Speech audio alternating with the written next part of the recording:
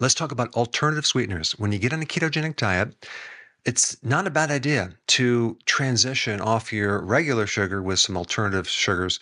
And we like to call them alternative sweeteners, not artificial sweeteners, even though they're a bit artificial, but they're definitely better than the typical artificial sweeteners, as in aspartame, things like that. And so there's some really important things to know about these artificial sweeteners, because if you're going to get any of these keto products, they're usually going to have either some type of sugar alcohol, alternative sweetener, and especially these new functional fiber type ingredients for the textures, which I want to cover as well, because sometimes those are used as sweeteners when, in fact, there's no difference between those and sugar. So let's just start with this popular brand, Lily's brand, chocolate chips, right? These are the dark chocolate baking chips, and I do like these. They said no sugar added. And so if I look at the ingredients, it has unsweetened chocolate, erythritol, chicory root fiber. Okay, that's fine. And stevia.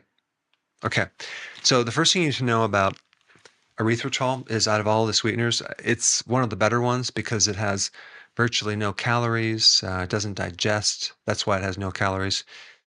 And also it's 0 on the glycemic index compared to another one that I do like as well, xylitol. Xylitol is like 30 on the glycemic index. Erythritol is 0. Xylitol tastes more like sugar. Erythritol, sometimes you have to add it with monk fruit. It's close to sugar, but it doesn't compare, but it's a lot better on the glycemic index. If you were to compare both of those, I would say just consume small amounts when you need it. But erythritol is a little bit better. But again, if you're consuming just small amounts, it's not going to be that big of a deal. So let's just go through a couple more. Here's another product, Nutrail. Okay, blueberry cinnamon nut granola. So this one has, the sunflower seeds, pumpkin seeds, coconut almonds, pecans, and then erythritol and monk fruit.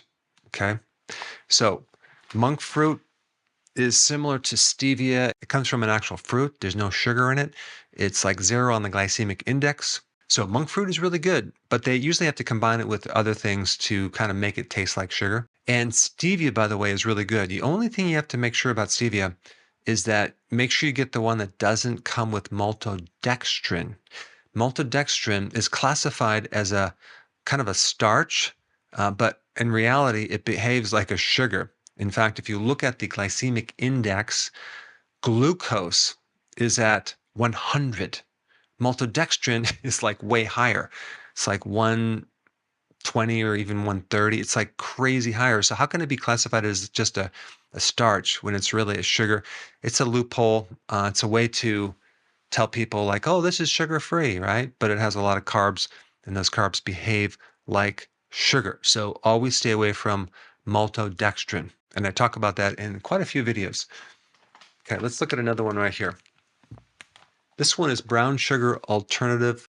This one's erythritol. It also has glycerin, which also is sweet. And glycerin is a sugar alcohol, and apparently it's 0 on the glycemic index, but that's just another sweetener that they use. And this one has stevia as well. Okay, so that's one sweetener. That would be fine to use. Let's take a look at Keto Sweet, the ultimate sugar alternative. Okay, this one has erythritol and natural flavors. Okay, so great. Okay, this could be used as well, non-GMO. Here's one right here called Sweet Leaf, better than sugar. Okay, this one has organic erythritol, organic stevia. I like that. So this could be used as well, right? So these sugar alcohols are fine, but one point I want to bring up is that sometimes they can cause fluid retention. Sometimes they can create bloating, diarrhea, very powerful diarrhea if you have too much. They can upset your microbiome to a certain degree, all sorts of like grumbling sounds in your stomach. So you just have to be aware of them and not do too much. And even some of them, well, more of the artificial sweeteners really kind of can mess up your microbiome and have a potential increase in insulin, and definitely keep your cravings going on because you have this sweetener all the time. And so if you can't keep giving into the sweetener, you might just constantly have cravings for a different reason than just having low blood sugars. So again, I think these things are good when you transition off sugar and maybe as an occasional dessert treat, but I don't personally consume a lot of these on a regular basis. All right, so let's cover another one. Smart sweets.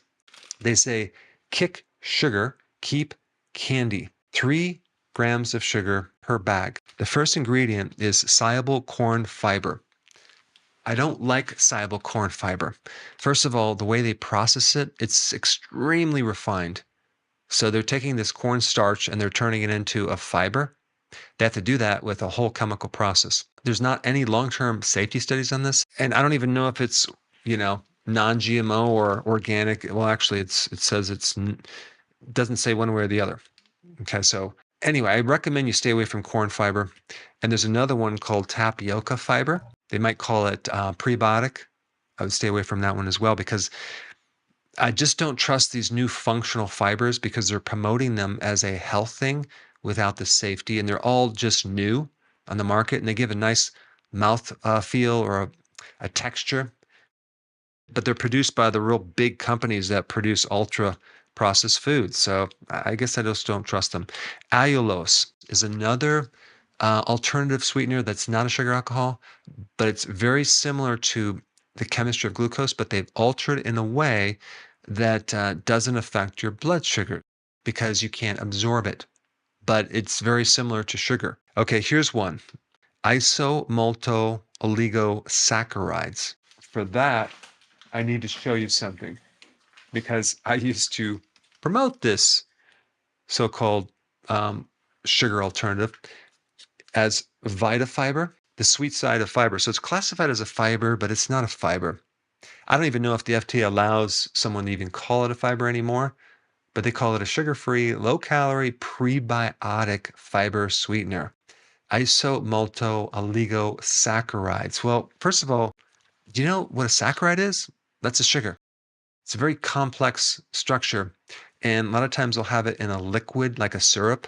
And it's used in a lot of different bars, keto bars. I do not recommend it because I drank the Kool-Aid and I started promoting it and I started using it in ingredients. And I noticed, man, this is almost too good. This is too good to be true. And so I noticed that people were complaining like they're gaining weight from it. I found some data that shows that it acts just like a sugar. In fact, there's one study that shows it mimics glucose almost exactly the same. So this is not a fiber.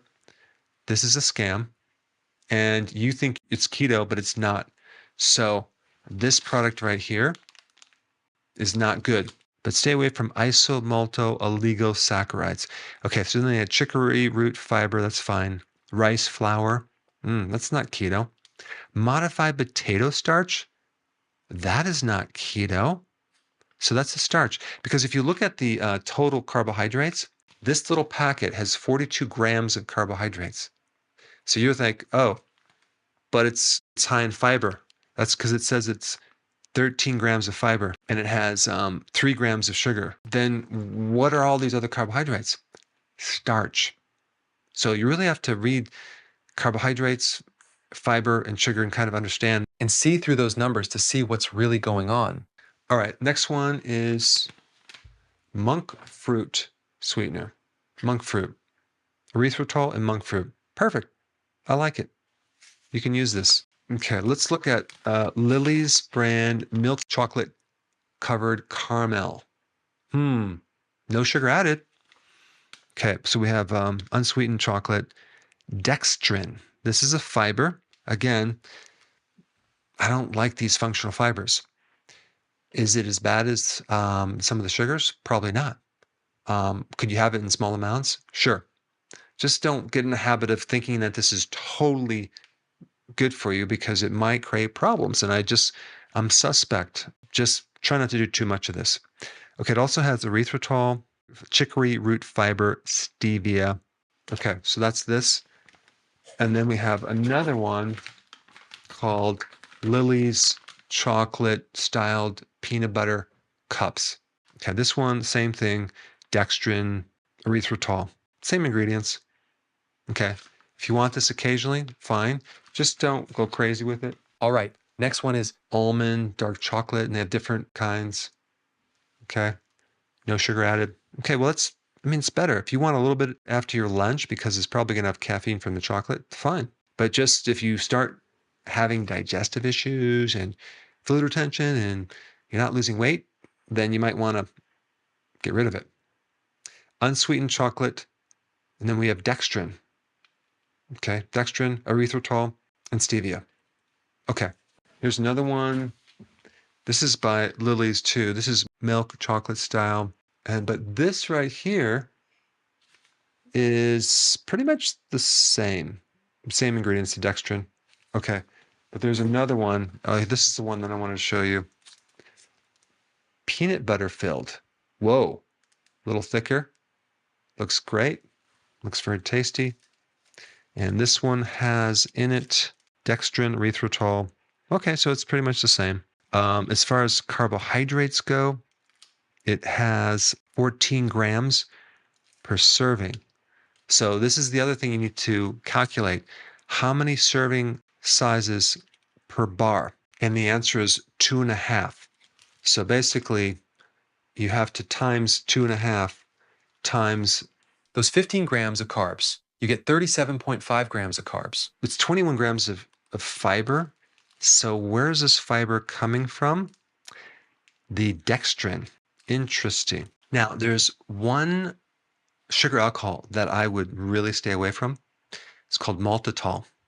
Maltitol is in a lot of sugar-free diabetic type candy. It's very high in the glycemic index. It tastes just like sugar.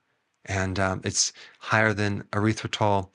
And they still classified it as low, but it's high. The other thing I want to mention is agave nectar. They'll say that's a low glycemic sugar because it's very, very high in fructose. I think it's like 80% fructose. And fructose is low on the glycemic index. But what they don't tell you is that the liver is forced to metabolize fructose. So you're going to overload your liver compared to regular glucose, which all your cells can share the metabolism of. With fructose, it's just shoved to the liver, and the liver is forced to deal with it. And so it's increased the risk of a fatty liver and creating similar effects to alcohol, believe it or not. So this agave nectar is not very friendly.